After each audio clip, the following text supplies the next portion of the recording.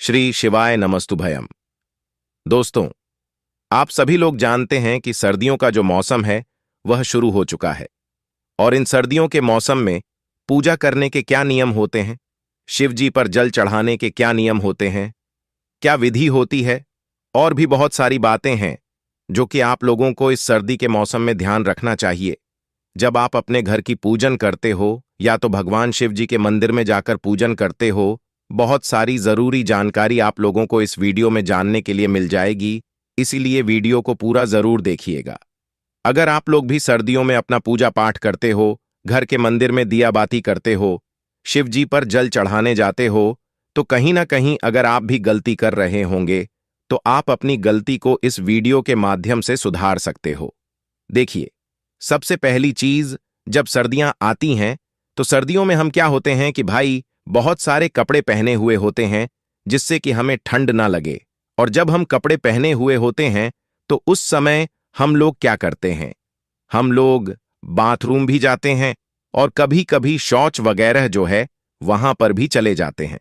तो भाई इसे लेकर बहुत सारे लोगों के मन में कंफ्यूजन होता है कि अगर हम लोग बाथरूम गए हुए हैं तो क्या उसके बाद हमें नहाना चाहिए या हाथ मुंह धोना चाहिए या सिर्फ हाथ धोना चाहिए या पैर धोना चाहिए, और ठंडों में अगर ना हाथ धोए ना पैर धोए तो क्या हम लोग भगवान की पूजा कर सकते हैं, अपने घर के मंदिर में जा सकते हैं या शिव जी के मंदिर में जाकर पूजन कर सकते हैं? तो ये जो प्रश्न है ना, ये बहुत सारे लोगों के मन में घूम रहे होंगे और उनको अभी तक शायद इसका जवाब भी नहीं मिला होगा। ठीक है, तो सबसे पहली चीज दोस्तों, सर्दियों के मौसम में ऐसे सवाल लोगों के मन में इसलिए निकल कर आते हैं क्योंकि गर्मी और समय में आप लोग देख सकते हो कि भाई आप लोग इतने ज्यादा कपड़े नहीं पहनते और ना आपको नहाने में दिक्कत होती है, ना आपको हाथ मुंह धोने में, ना किसी चीज में दिक्कत होती है। पर जब सर्दियों का या ठंड का मौसम आता है तो उस समय पानी एकदम बर्फ जैसा हो जाता है। तो उस समय आप लोगों को हाथ धोने में इतनी ज्यादा दिक्कत होती है कि भाई हम सोच भी नहीं सकते हैं, और फिर पैर धोना और हाथ मुंह धोना तो फिर बहुत दूर की बात है। तो भाई इस जगह पर हम लोग क्या करें सर्दियों के मौसम में कि हम अपने घर का दिया बाती भी कर लें और शिव जी के मंदिर में जाकर पूजन भी कर लें। तो देखो, चाहे कितनी ही ठंड पड़े, कितनी ही सर्दी हो, आप लोगों को एक समय स्नान तो करना ही है। कहने का अर्थ है कि आप में से अधिकांश लोग सुबह के समय स्नान जरूर करते होंगे, क्योंकि स्नान करने के बाद ही आप शिव जी के मंदिर जा सकते हो, अपने घर के मंदिर के अंदर प्रवेश कर सकते हो और सभी भगवानों को स्नान करा सकते हो। तो सुबह का स्नान तो सभी लोग जरूर करेंगे। ठीक है, चाहे वो गर्म पानी से करें, चाहे वो ठंडे पानी से करें, चाहे कैसे ही करें, है ना।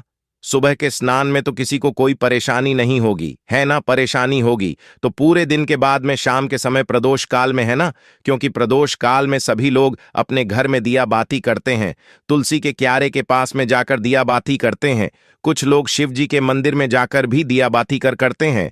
तो भाई यहां पर आती है समस्या निकल कर कि हम पूरे दिन में कभी भी अगर बाथरूम गए हुए हैं, 2-3 बार, जितनी भी बार गए हुए हैं उससे मतलब नहीं है, पर अगर दिन भर में कभी भी बाथरूम गए हुए हैं या शौच के लिए गए हुए हैं तो उस जगह पर क्या हमें नहाना चाहिए या सिर्फ हाथ मुंह धोने मात्र से काम चल जाएगा? तो देखो नियम क्या कहता है वो सबसे पहले अगर आप लोग सुनो। देखो, पूरे दिन में अगर आप लोग बाथरूम वगैरह कहीं गए हुए हो और शाम को आपको वापस से अपने घर के मंदिर में दिया बाती करना है या शिव जी के मंदिर में जाकर दिया बाती करना है, शिव जी के मंदिर में दर्शन करने के लिए जाना है, तो आपको क्या करना है? देखो, अगर आप लोग पूरे दिन में अगर बाथरूम वगैरह गए हुए हो तो आप लोगों को क्या करना है, सिर्फ हाथ धोने से काम नहीं चलता है यहां पर, है ना। देखो, अगर आप लोग बाथरूम गए हुए हो ना और आप लोग अगर ड्यूटी वगैरह भी गए हुए हो तो शाम को आकर आप लोगों को हाथ मुंह दोनों धोना चाहिए, है ना। और नियम तो ये कहता है कि अगर आप अपने घर में हो और बाथरूम गए हुए हो तो आप लोगों को बाथरूम से आने के बाद अपने हाथ भी धोना चाहिए, अपने पैर भी धोना चाहिए और 3 से 5 बार मुंह से कुल्ला भी करना चाहिए, और हो सके तो एक बार थोड़ा बहुत पानी अपने मुंह पर भी मार लेना चाहिए। ठीक है, इसके बाद अब थोड़ी बहुत तरीके से अच्छी तरीके से शुद्ध हो पाते हो बाथरूम जाने के बाद में, है ना। तो अगर आप लोग ऑफिस वगैरह जाते हो तो कोई दिक्कत वाली बात नहीं है। आप शाम को एक साथ आकर हाथ मुंह वगैरह धो सकते हो, है ना। पर अगर आप लोग घर में ही हो और बाथरूम गए हुए हो तो आप लोगों को क्या करना चाहिए कि हाथ धोना चाहिए, पैर धोना चाहिए और अपने मुंह पे भी पानी मारना चाहिए और 3 से 5 बार कुल्ला भी जरूर करना चाहिए। यहां पर सबसे जरूरी है कुल्ला करना, ठीक है। कुल्ला भी जरूर करना चाहिए। इसके बाद आप लोग जो है पूजन के कार्यों के लिए कर सकते हो, कोई दिक्कत वाली बात नहीं है, ठीक है। अब बात करते हैं शौच की। अगर आप लोग शौच वगैरह गए हुए हो, पूरे दिन में सुबह तो आपने एक बार स्नान कर लिया, पूजन भी कर ली। अब पर बारी है शाम के पूजन की। शाम को आप अपने घर में दिया बाती कर रहे हैं, पर आप लोग पूरे दिन में कभी भी शौच के लिए चले गए, ठीक है। तो उस जगह पर क्या होगा दोस्तों, शौच जाने के बाद आप लोगों को एक ही मात्र यहां पर नियम कहता है कि आपको स्नान ही करना है, आपको नहाना ही पड़ेगा, ठीक है। शौच जाने के बाद आप इस अशुद्ध के साथ ना तो मंदिर जा सकते हो, ना अपने घर में दिया बाती कर सकते हो, ना किसी शुद्ध स्थान पर जा सकते हो, ठीक है। अगर शौच गए हुए हो तो आप लोगों को स्नान ही करना पड़ेगा। उसी के बाद आप शिव जी के मंदिर जा सकते हो, उसी के बाद आप लोग अपने घर के मंदिर में जा सकते हो और दिया बाती यहां पर कर सकते हो, ठीक है। तो दोस्तों, इस नियम का जरूर पालन करिएगा। आप लोग बाथरूम में कोई दिक्कत नहीं है, बाथरूम में आप लोग हाथ मुंह धोना है, हाथ पैर धो लिया, आप लोगों ने मुंह पे थोड़ा पानी मार लिया और 3 बार कुल्ला कर लिया, ठीक है। ये नियम आप लोग बाथरूम करने मतलब बाथरूम जाने के बाद आप लोग उसको फॉलो किया करो। और शौच गए हुए हो तो सीधी सी बात है, आप लोगों को स्नान ही करना पड़ता है, ठीक है। और शौच में पहने हुए जो भी आपके कपड़े होते हैं वो डबल से नहीं पहनने होते हैं, है ना। उनको धोकर आपको दोबारा से जो आपके धुले हुए कपड़े हैं वो पहनने होते हैं। उसी के बाद आप लोग पूजन वगैरह करने के लिए जा सकते हो। और अगर आप लोगों ने क्या किया कि शौच में जो कपड़े आप लोगों ने पहने हुए थे, मतलब स्नान करने के बाद भी आपने वही कपड़े पहन लिए, तो भी आप लोग अशुद्ध ही रहोगे, शुद्ध नहीं रहोगे, ठीक है। इसके बाद भी दोस्तों बहुत सारे लोगों के मन में ये प्रश्न होता है कि मतलब क्या हम लोग गंगा जल वगैरह छिड़क कर शुद्ध हो सकते हैं। तो देखो, यहां पर आप लोग बाथरूम गए हो, उसके बाद हाथ मुंह धोए, कुल्ला किया, उसके बाद आकर अगर आप लोग अपने ऊपर गंगा जल छिड़क लोगे तो आप शुद्ध हो जाओगे एक तरीके से। पर शौच जाने के बाद अगर आप लोग कहोगे कि गंगा जल हम छिड़क कर शुद्ध हो जाएंगे, नहीं तो यह नहीं होगा, आप लोगों को स्नान ही करना पड़ेगा। स्नान करने के बाद आप चाहो तो गंगा जल छिड़को मत छिड़को, उससे कोई दिक्कत वाली बात नहीं है। फिर आप लोग सही तरीके से शुद्ध हो पाओगे और उसके बाद ही आप लोग शिव जी के मंदिर जा पाओगे और उसके बाद ही आप लोग अपने घर की दिया बाती भी कर पाओगे, ठीक है। ये प्रश्न दोस्तों बहुत सारे लोगों के मन में था, जिसका जवाब हमने आपको इस वीडियो में दे दिया है। अब इसके बाद में दोस्तों ये बात तो आप लोगों को क्लियर हो गई होगी, नहाने और ना नहाने वाली या बाथरूम या शौच जाने के बाद आप लोगों को कैसे क्या करना चाहिए पूजा करने के लिए या मंदिर जाने के लिए, ठीक है। अब इसके बाद में एक और सबसे बड़ा प्रश्न आता है कि अभी ठंड आ चुकी है तो हमारे घर में जो तुलसी जी होती है, तुलसी का क्यारा होता है, वो सूखना शुरू हो जाता है अपने आप। और यहां पर कुछ लोग समझ लेते हैं गलत कि भाई उनके घर में कुछ ना कुछ हो रहा है ऐसा, जिसकी वजह से तुलसी मैया सूख रही है। पर ऐसा नहीं होता है। जब सर्दियों का मौसम आता है, जब ठंड का मौसम आता है, तो आपने देखा होगा औंस गिरने लगती है ना। तो भाई अगर आप लोगों की जो तुलसी मैया है, तुलसी का जो क्यारा है, वो बिल्कुल घर के बाहर है, मतलब खुले आसमान में है ना, और आप लोगों ने कुछ भी उनके ऊपर कर नहीं रखा हुआ है, तो आपकी जो तुलसी जी है वो ठंड में सुखनी ही सुखनी है, उसे कोई नहीं रोक सकता, ठीक है। पर इसका मतलब ये नहीं है कि आपके घर में कुछ ना कुछ मतलब ऐसी समस्या आने वाली है या जिससे आप लोग परेशान हो जाओगे, ऐसा कुछ भी नहीं होता है। ठंड के मौसम में अगर आपकी तुलसी जी सूख रही है और कभी सूख रही हो तो वही उस हिसाब से हो सकता है। पर ठंड के मौसम में अगर आपके घर की तुलसी जी सूखी है तो उसका यह मतलब बिल्कुल भी नहीं है कि आपके घर में परेशानी आने वाली है। उसका सबसे बड़ा कारण है सर्दी, और इस सर्दी में आप लोगों ने अपनी तुलसी मैया के लिए यह काम नहीं किया है। अब वो काम क्या नहीं किया है वो सुनो। देखो, सबसे पहले अगर आपकी तुलसी जो है बिल्कुल खुले आसमान में रखी हुई है तो आप लोगों को ध्यान रखना चाहिए। अभी वैसे भी सर्दियों का बिल्कुल मौसम आ गया है, तो भैया आप लोगों को ये ध्यान जरूर रखना है।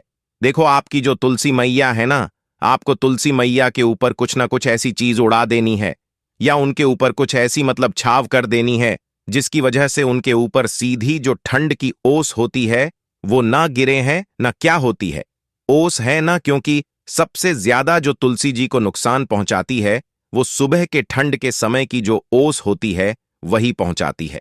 धीरे धीरे करके आपकी तुलसी जो है सूखना शुरू हो जाएगी। अगर आप लोग अभी से इस बात का ध्यान नहीं दोगे तो आपकी तुलसी मैया निश्चित ही सूख जाएगी। तो करना क्या है, सबसे पहले आप कोई भी एक चुनरी ले लो या कोई भी ऐसी चीज ले लो जिससे कि आप लोग तुलसी जी के ऊपर छाव कर सको, है ना। अब करना क्या है कि तुलसी जी के ऊपर कोई भी, अगर आप लोग रोज हटा नहीं सकते, रोज उनके ऊपर उड़ा नहीं सकते, तो आप ऐसा करो, कोई भी पतली सी, बिल्कुल मतलब पतली सी जो चद्दर होता है या पतला सा जो बिल्कुल मतलब कपड़ा होता है वो लेना है। या तो आप लोग माता जी की चुनरी होती है ना, वही समझ लो, आप लोगों को वो लेना है और तुलसी जी के ऊपर ढाक देना है, या किसी सहारे से जो है ऐसा कर देना है कि तुलसी जी के ऊपर वजन ना हो और तुलसी के ऊपर उसकी छाया हो जाए, है ना। अब भाई ये तरीका तो हो गया तुलसी जी को ठंड से बचाने का, जो ओस गिर रही है उससे तुलसी मैया को बचाने का। पर यहां पर ठंड के मौसम में, सर्दियों के मौसम में तुलसी जी के क्यारे को, तुलसी जी के पौधे को सबसे ज्यादा अगर जरूरत होती है किसी चीज की, वो होती है धूप की, है ना। आपने भले ही ऊपर से छाया कर दी है, पर आपको कुछ ऐसी छाया करनी है कि अगर धूप उस जगह पर आ रही है तो आप उस छाया को हटाकर तुलसी जी को अच्छे से धूप दिखा सको, है ना। अगर आप लोगों ने अच्छे से धूप दिखाई और सुबह की जो ओस है, सुबह की जो ठंड होती है, उससे तुलसी को बचा लिया, तो ठंड में कभी भी आपकी तुलसी जी सूखने नहीं वाली है। ये बात आप लोग इस बार करके देख लेना।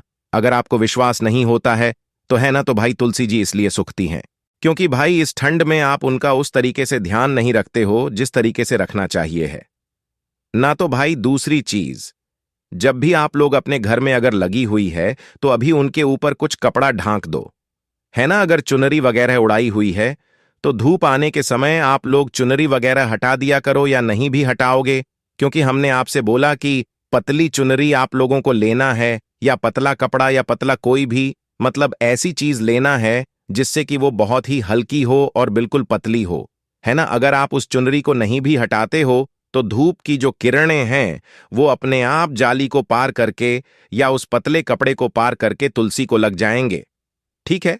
और अगर आप लोगों ने कोई मोटी चीज या कोई भी ऐसी छाव करके रखी हुई है जिससे कि तुलसी के ऊपर धूप आ ही नहीं सकती है, तो फिर आप लोगों को जरूर हटाना पड़ेगा और तुलसी जी तक धूप पहुंचानी पड़ेगी, है ना। बाकी पतला कपड़ा डालोगे तो कोई दिक्कत वाली बात नहीं, अपने आप धूप उसके आर पार चली जाती है ना।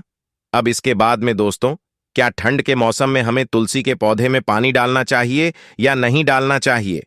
तो देखो ये सीधा उसके ऊपर निर्भर करता है कि आपकी तुलसी की मिट्टी सूख गई है या गीली है ना। देखो ठंड में आप लोग पानी नहीं पीते, क्या आप कहोगे बिल्कुल पीते हैं, तो उसी तरीके से ऐसा नहीं है कि ठंड में तुलसी को पानी नहीं डालते हैं, तुलसी जी को भी पानी डालते हैं, पर उस मात्रा में नहीं डालते हैं जिस मात्रा में हम लोग अभी तक डालते आ रहे होते हैं ना।